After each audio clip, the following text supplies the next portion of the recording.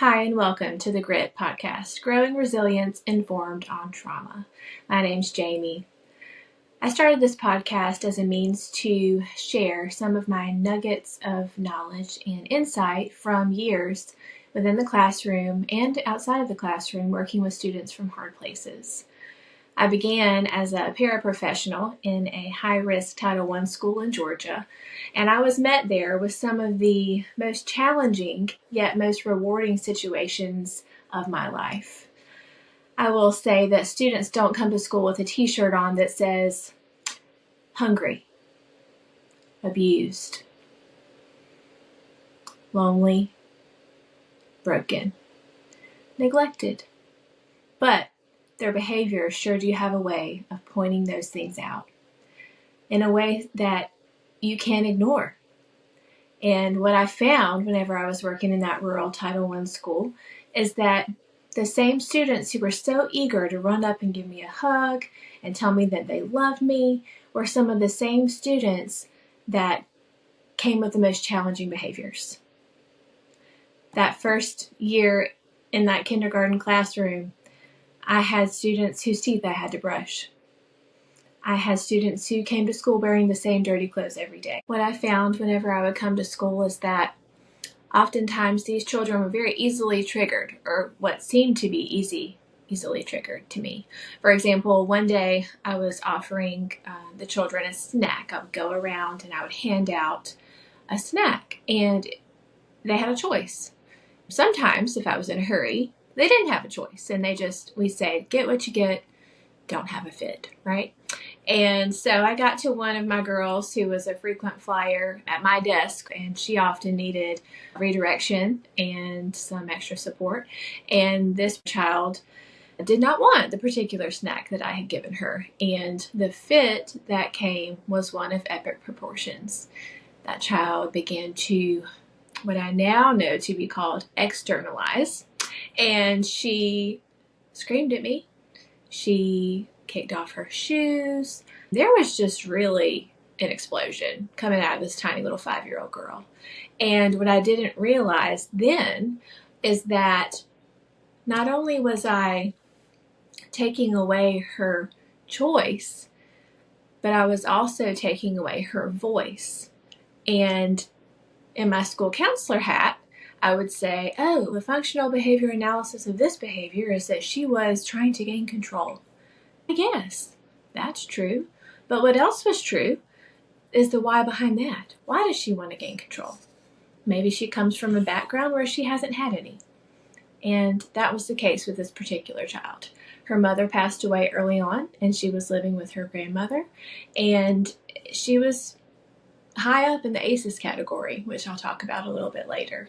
But this child had a lot of risk and adversity, and something as small, seemingly small, as not having a choice of which snack that she would eat, turned into complete dysregulation.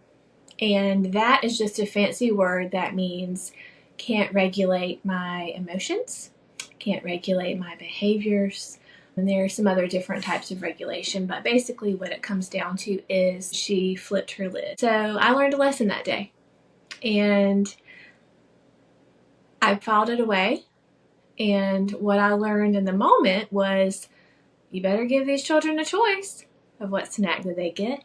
But now, looking back, I know that it's empowering to children to give them a measure of control. And especially kids from hard places, they need that. And all of that to say, that's what started me out on the journey for trauma-informed systems, particularly schools. And so I went on from there as a para in a classroom to what I thought was going to be a journey to becoming a kindergarten teacher. We moved to South Carolina, and I quickly realized that the classroom wasn't where I wanted to be in the teaching sense, and I actually went to grad school to be a school counselor. I embarked on a 2-year full-time grad schedule, and from there I gained an education specialist degree. And what they don't teach you in grad school is that just because you have a specialist degree doesn't mean that people are going to listen to you. My first job as a school counselor was in a school where I had actually started an internship. And I volunteered there. I was doing a lot of my counseling, my internship hours, and my practicum within these different schools. But at this particular school, I had relationships with the teachers, and I had been working with the students, and I really felt a strong tug to be at this particular school. And so I was hired on full time to be the only school counselor at a K through 6 school. And while I was there, even though I did some really cool things like partnered to get some grants for some sensory materials and really just collaborated across stakeholders to meet some basic needs in our kids, I got a grant to fund some healthy snacks for these students. Even though some things went really well, some things were met with opposition. And so what I found out then upon trying to implement my first fully trauma-informed schools model is that the school counselor can't be the only person who's bought in. And the teachers were gracious enough to sit through the trainings that I provided during PLC time. And the principal was less than enthusiastic about the time that I spent on the social emotional curriculum and the guidance lessons and really trying to cram this new way of thinking down their throats. And they say that it's a trauma-informed lens because it truly is. It's a lens. It's just like putting on glasses. You have to put the glasses on to see better. And I can't put your glasses on for you. And so what I found out from that experience was you have to truly have 100% buy-in. And you'll see that whenever there are schools who are fully bought in, just like in Walla, Washington, we've seen the documentary Paper Tigers. They had full buy-in and they had amazing results. They had graduation rates increased 94%. Those kids were failing and then they were passing after just a couple years of full implementation. Because the key to trauma-informed best practice is seeing the need behind the behavior. And oftentimes when you're working with schools that are high risk, that have high risk populations, we just want to focus on the outcomes. We want to focus on the standardized tests. And you can't expect normal outcomes from a child who's had an abnormal early life experience. So taking that into account is what my focus is. And that is what I try to partner with other schools and organizations to see. To see that full buy-in is necessary. To see that these students are coming to school with an invisible trauma backpack loaded down with pain, with neglect, with these experiences that no child should ever have to come to school with. But when they're met with some compassion and some empathy and some practical tools, it can't just be a passive thing. We have to really commit to doing the work, to build that healthy connection, and to meet them where they are. Because only out of that place of connectedness and trust and that healthy relationship are they going to behave, to attend to the lesson, to perform well and achieve, which is what schools are all about, right? But that's just not the case for a lot of these kids.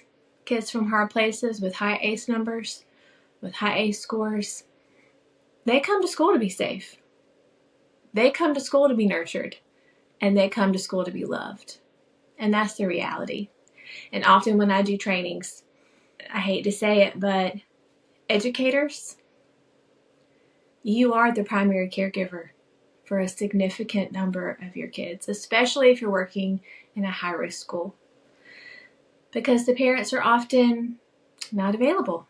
not emotionally available, not physically available. They're often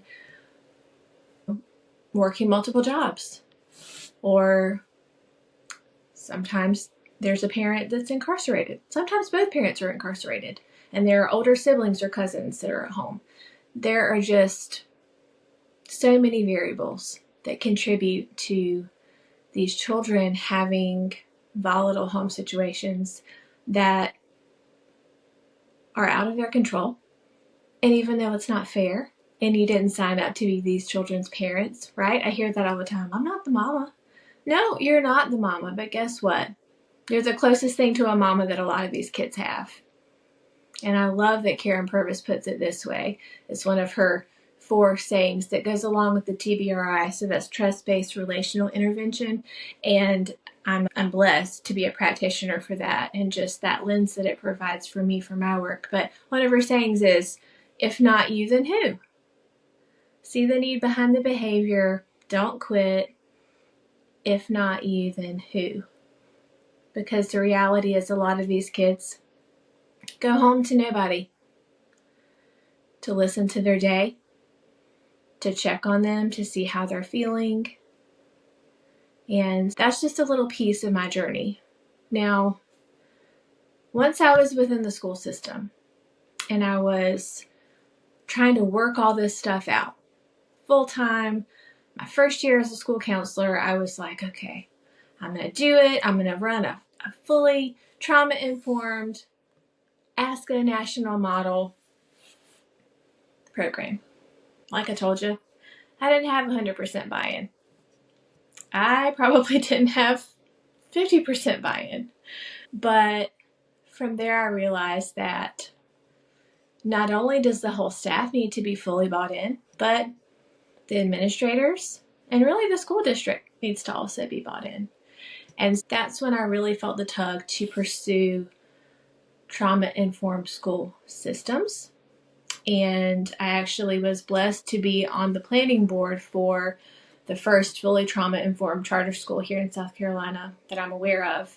And so that was really a special time to be able to see an administrator and a board that were dedicated to meeting these basic needs, and to really be sure that even throughout the hiring process that they were going to have people employed who were attending to the things that were going on that we can't see. That invisible trauma backpack full of stuff. And not to say that every teacher should be a counselor or should have to have one-on-one interventions with the students every day, but just to have a pulse on the need behind the behavior and some practical strategies for what you can do. That being prioritized at this school, I have watched them progress through the years, and it is just phenomenal, the results that they're having. They're doing well on their standardized tests. They're receiving accolades and awards at the state level. They're achieving far beyond other charter schools, and it's all, I believe, due to them implementing compassionate and restorative practices. And that's a little piece of my journey. I started off in a classroom, and then I became a school counselor, and from there I have put on my consulting hat and am trying to really pull together these stories, my experiences, and all of the learning, all of the knowledge that I've gained, to package it and to get it into the hands of teachers and admin who want to implement trauma-informed best practices, and maybe you just don't know where to start. And so my heart behind this is just to say, just start somewhere. And I truly believe that you can implement tools and best practices for connection, for really building up that trusting relationship. And from there, you can add on to your tool belt. There are some more skills that you can learn, and you can always do more learning and more professional development in a certain area. But I truly believe that connecting and getting to the heart of the matter is the key. thank you for listening. I'm so excited to be able to continue to share with you about my journey and to partner with you in order to help us all to do better for the kids and to really see them moving from surviving to thriving. And I truly believe that teachers, you can be a light in the darkness. Blessings.